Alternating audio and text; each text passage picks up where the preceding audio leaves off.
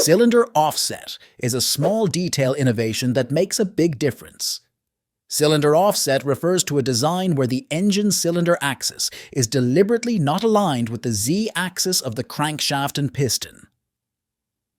The purpose of this arrangement is quite ingenious because by shifting the position of the cylinder, we can reduce the friction between the piston and the cylinder wall as the piston moves up and down.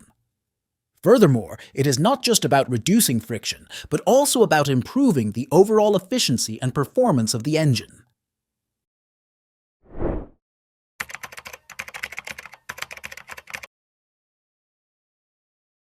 At first glance, we will not find any significant difference between an engine without a cylinder offset and an engine with a cylinder offset. They have the same crankshaft, the same connecting rods, the same piston pins, and the same pistons. However, the difference between the two is that on one of these engines, the center of the cylinder is slightly shifted from the center of the crankshaft. Meanwhile, on the engine next to it, the cylinder center and the center of the crankshaft have perfectly aligned points. But with a small detail in the form of a cylinder shift on one of the engines, it will make the two engines different.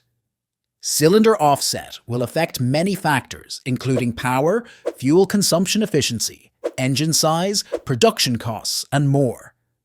Furthermore, for the mechanism of action, cylinder offset will also affect the balance of the engine, even affecting the steps experienced by the piston. How is this possible? We will first describe the engine configuration that we often find or non-offset. For the simulation, the pressure generated by the power process will create a significant force that pushes the piston down. This force is then transmitted through the connecting rod to the crankshaft. But what is an important point at this stage? We will get the position of the connecting rod, which was previously in an upright position, now tilts at a certain angle. And with a force that moves straight, the power transfer process that passes through the connecting rod will have a twisting effect. The side effect is that the power generated by the piston will push it toward the cylinder wall, resulting in increased friction. The steeper the angle of the connecting rod, the stronger the force pushing the piston toward the cylinder wall, and the greater the friction. Thus, the cylinder offset is expected to reduce and minimize the connecting rod angle when the piston is in the middle of the cylinder. This aims to reduce friction. Of course, when the friction is reduced, the engine will produce more energy that can be used to process power. Now let's continue on how cylinder offset can affect the power cycle in a 4-stroke internal combustion engine. In a non-offset engine, each piston completes one stroke from top to bottom or vice versa every 180 degrees of crankshaft rotation for 720 degrees. This design is straightforward and easy to understand. However, unlike the cylinder offset engine, the top dead center is not at 0 degree, but at 9 degree. Similarly, the bottom dead center is at 202 degrees. This means that the intake and power steps have a duration of 193 degrees of engine rotation. Consequently, the compression and exhaust steps occur at only 167 degrees. Why does this happen? The fact is that engines with shifted cylinders have a slightly longer stroke during intake and power stroke. The reason is that the connecting rod will move on the crankshaft at a slightly more favorable angle, depending on the engine type, specifications, and anatomy. To make it easier to understand, let's look at a specific example to see what happens next. In non-offset engines, starting from 0 degrees to 90 degrees of crankshaft rotation, the connecting rod will move from standing to tilting. This can also mean that the connecting rod becomes shorter and will provide acceleration when the piston moves towards BDC, affecting the dwell time. Assuming both engines have a square engine stroke ratio configuration with a stroke and bore of 72 millimeters. Moving the crankshaft to a point of 90 degree results in the naked eye being at 36 millimeters of the stroke length. But upon precise calculation, the non-offset engine is 43.5 millimeters, while the offset machine is 41.3 millimeters. Furthermore, there is a noticeable difference in the position of the connecting rod between the two engines. The offset engine's connecting rod is not tilted too much. In contrast, the non-offset engine's connecting rod is tilted very much. And as previously discussed, this slope can cause friction between the piston and cylinder wall, reducing dwell time during the power process. If we then rotate the engine from 90 degrees to 180 degrees, in a non-offset engine, the rod will return to an upright position. Whereas in an offset cylinder engine, the rod will only appear to be slightly tilted. This means that overall, from TDC to BDC in an offset engine, the rod has less effect on the stroke traveled by the piston. But it will be very different from BDC to TDC. We can see that the offset engine causes the rod to take a very sharp angle, and then the rod starts to go from this very sharp angle to a perpendicular one. From that, we can understand that the crankshaft will take the piston from BDC to TDC in just a short time. This is why there can be a degree of difference in the steps on an offset engine. An offset engine has a longer power stroke and a shorter compression stroke. This allows the engine to optimize energy from power and reduce energy waste during the compression stroke.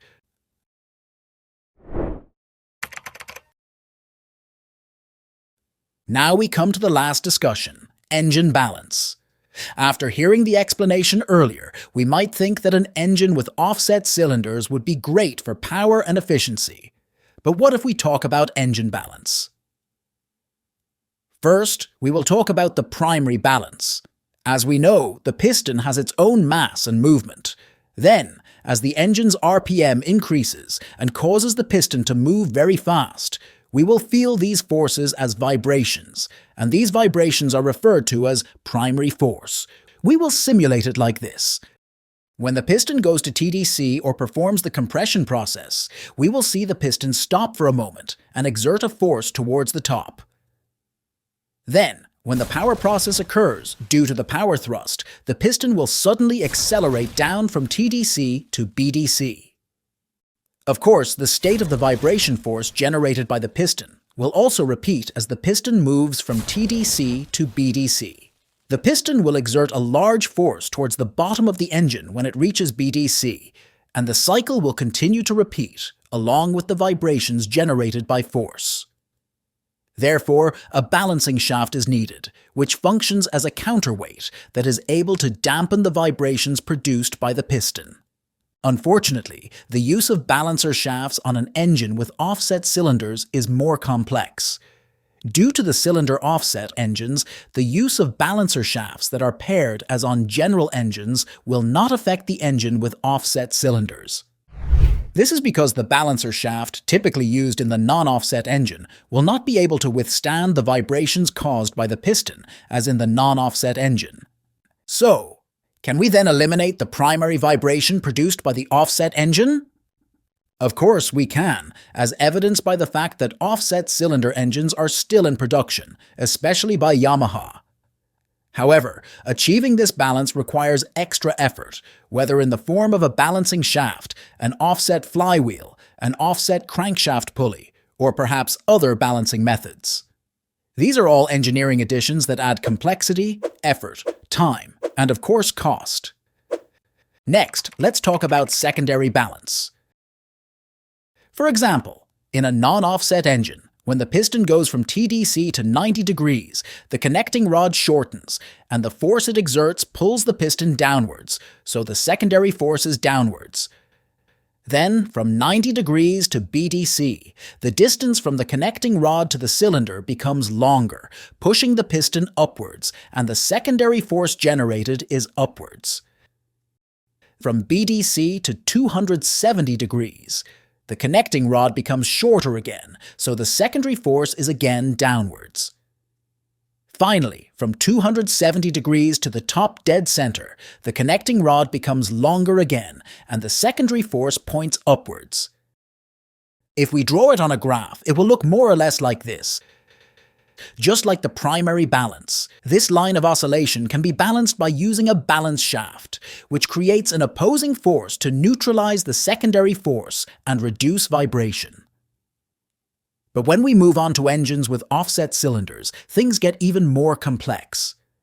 First, the connecting rod pushes the piston up briefly, then pulls it down again, then stabilizes at a certain angle. Then the rod briefly pushes the piston upwards again, and finally pulls it downwards with a little more force, followed by a brief stabilization, and then a big push upwards.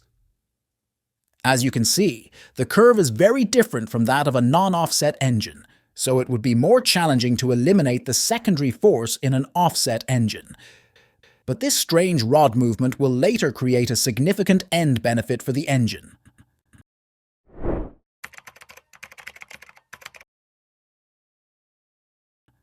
And now, for the most critical part, the conclusion. What are cylinder offset's advantages and disadvantages, and how is it used in the automotive industry? Let's start with the advantages. Firstly, the more extended intake and power cycle duration allow the engine to produce a better air-fuel mixture, longer power cycle duration, and less friction on the cylinder walls. This means that this small change will impact the thermal efficiency of the internal combustion engine. The second point, just as Yamaha claims, with the cylinder, offset will make the whole engine more compact for motorcycles, because if we see, the position of the cylinder, which is moved to the front of the engine, provides more space at the rear of the engine, which can add space for other supporting components and facilitate the assembly and maintenance process. On the other hand, there are negative effects. The first is higher production costs. This is because the cylinder offset also increases the complexity of the design and production process. The second is the problem of primary and secondary forces, which tend to make the resulting vibrations more challenging to overcome. And thirdly, with higher vibrations, the engine will also become noisier.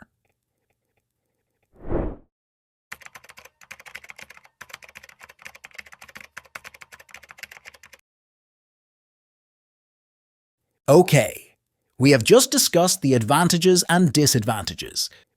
In fact, many manufacturers are implementing this small innovation in their products. It indicates that this technology has more advantages for the engine in the field. For example, Yamaha has its Blue Core. Honda has its Earth Dream engine, which is used in the Honda Fit or Jazz, and also in the Civic. The same goes for BMW.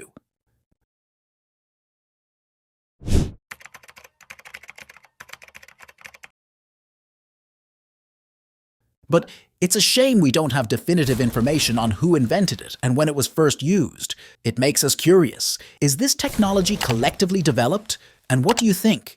Is there anything shortcoming with this technology? We want to hear your opinions in the comments section below.